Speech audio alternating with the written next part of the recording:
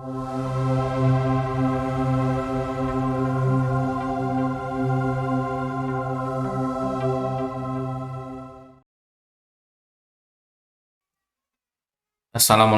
warahmatullahi wabarakatuh. Ketemu lagi di IO Irwan Channel, berbagi tidak akan membuat rugi. Kita masih akan membahas tentang pengelolaan kinerja. Nah, di sini kita akan membahas tentang perencanaan pengelolaan kinerja yang dilakukan oleh kepala sekolah. Sebelumnya mungkin kita sering membuat perencanaan, tapi ketika melakukan perencanaan ada kalanya kita tidak begitu kuat dalam memiliki dasar perencanaan.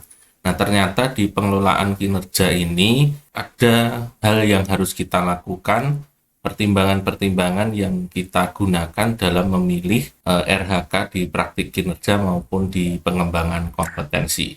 Nah, pada video kali ini, IO Irwan akan mengajak teman-teman semuanya untuk belajar bersama bagaimana kita memilih RHK praktik kinerja berdasarkan data yang kita miliki. Sekarang kita sudah masuk ke pengelolaan kinerja, kita mulai saja ke menu kepala sekolah sebagai pegawai. Nah, di sini saya sudah membuat perencanaan sebelumnya dan kita bisa klik lanjutkan. Bagi teman-teman yang belum melakukan perencanaan, maka nanti tombolnya adalah mulai. Sedangkan nanti teman-teman yang sudah terlanjur, tidak apa-apa, yang penting teman-teman bisa lihat ini. Kemudian dasarnya apa dalam menentukan RHK praktik kinerja ini, IO Irwan akan memberitahu sehingga teman-teman nanti bisa mengetahui, oh dasarnya ternyata seperti ini. Nah, di bagian ini kita diminta memilih indikator untuk menjadi fokus peningkatan kinerja Anda. Pilihan Anda merupakan aspek penting dalam peningkatan satuan pendidikan. Kami sediakan pilihan berdasarkan rapor pendidikan. Jadi di sini ada 8 RHK yang dapat kita pilih ya, atau indikator di dimensi kepemimpinan pembelajaran. Mulai dari memandu perencanaan pembelajaran, presentasi visi misi sekolah, presentasi program sekolah, kemudian refleksi pengelolaan kurikulum satuan pendidikan, aktivasi kegiatan komunitas belajar, siklus peningkatan kualitas praktik pembelajaran, dan menceritakan praktik baik kepemimpinan pembelajaran serta refleksi program pengembangan kompetensi guru. Nah, dari 8 ini kita harus memilih salah satu, dan dasar kita memilih itu tidak asal-asalan ya teman-teman. Ada data yang dapat kita gunakan untuk menjadi landasan kita memilih indikator ini. Nah, kita dasarnya adalah rapor pendidikan. Teman-teman bisa buka rapor pendidikan. Kemudian di rapor pendidikan ini nanti kita masuk sebagai satuan pendidikan, login dengan akun belajar ID, biasanya menggunakan akun admin. Kalau nanti sudah bisa login, nanti teman-teman bisa melakukan unduh. Di bagian ini, unduh rapor pendidikan. Nah, hasilnya nanti akan berupa Excel seperti ini. Di sini kita lihat ya. Di bagian 2, laporan rapor, ini kita langsung menuju saja ke poin D3. Poin D3 ini adalah berkaitan dengan kepemimpinan instruksional. Nah, di sini.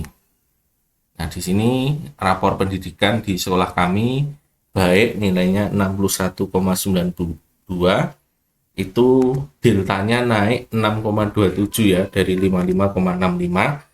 Kemudian ada indikator turunannya. Nah, ini D1, D2, dan D3.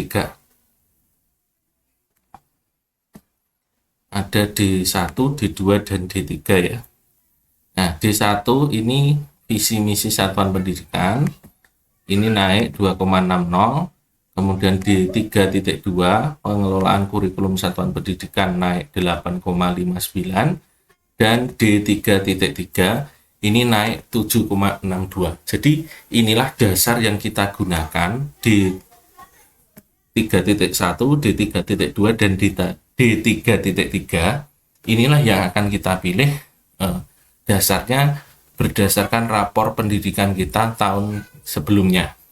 Nah, itu harus kita tingkatkan. Nah, di sini kebetulan ketiga indikator tersebut di rapor pendidikan naik. Jadi kalau naik nanti kita harus memilih peningkatan atau kenaikan yang paling kecil. Nah, peningkatan paling kecil kan di sini. Tapi jika nanti ada yang turun, misalnya naik dan turun, maka kita yang pilih adalah yang turun. Sedangkan nanti kalau ada yang hasil kita ternyata D3.1 sampai D3.3 ini turun semua, maka kita pilih yang penurunannya paling banyak. Jadi yang paling besar nilai turunnya itu yang kita pilih sebagai RHK. Nah, di poin ini saya harus memilih visi misi satuan pendidikan. Nah, visi misi satuan pendidikan itu ada penjabarannya di sini. Di visi misi satuan pendidikan itu ada presentasi visi misi sekolah, ada presentasi program sekolah, dan presentasi praktik baik kepemimpinan pembelajaran. Kalau tadi D3.2 itu memandu perencanaan dan refleksi pengelolaan kurikulum. Dengan untuk dukungan untuk refleksi guru itu aktivitas Kombel, kemudian siklus peningkatan kualitas praktik pembelajaran, dan refleksi program. Nah, jadi saya tadi di sekolah saya harus memilih visi misi satuan pendidikan. Jadi harus memilih antara presentasi visi misi, presentasi program, atau presentasi praktik baik. Nah, ini tiga ini.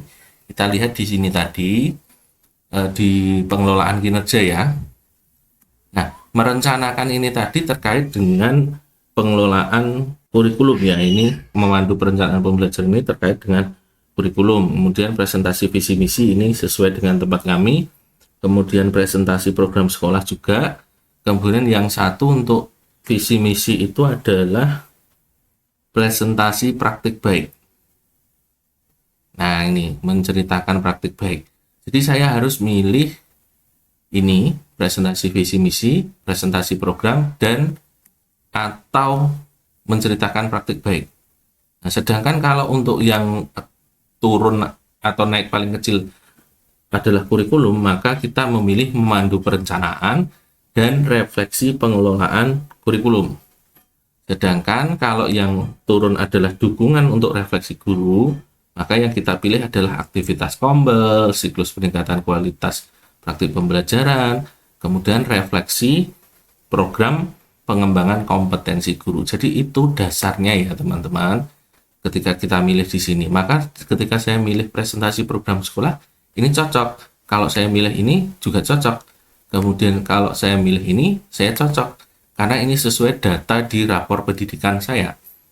Namun jika saya memilihnya ini, maka ini kurang cocok karena ini tadi di tempat kami bukan termasuk yang kenaikannya paling sedikit, sedangkan kenaikan paling sedikitnya ada di visi misi satuan pendidikan. Maka pilih presentasi visi misi, presentasi program, atau menceritakan praktik baik. Nah, saya akan memilih di presentasi program sekolah. Jadi nanti antara kepala sekolah yang satu dengan yang lainnya tentu akan berbeda. Nah, itulah dasarnya teman-teman, yaitu dari rapor pendidikan di poin D3, di D3.1, D3.2, dan D3.3. Jika naik semua, pilih yang naiknya paling sedikit. Jika turun semua, maka pilih yang turunnya paling banyak. Jika ada yang naik dan ada yang turun, maka pilih yang turun. Tentunya kalau yang turunnya ada dua, ya tetap dipilih yang turunnya paling banyak. Kemudian klasifikasinya untuk ini pilihan indikator di visi misi atau pengelolaan kurikulum atau dukungan refleksi. Ini teman-teman bisa download di panduan pengelolaan kinerja kepala sekolah. Ini sudah di-share oleh kementerian ya terkait ini. Nah, teman-teman, semoga informasi yang sederhana ini bermanfaat untuk teman-teman semuanya. Jangan lupa dukungannya untuk like, comment, dan subscribe-nya.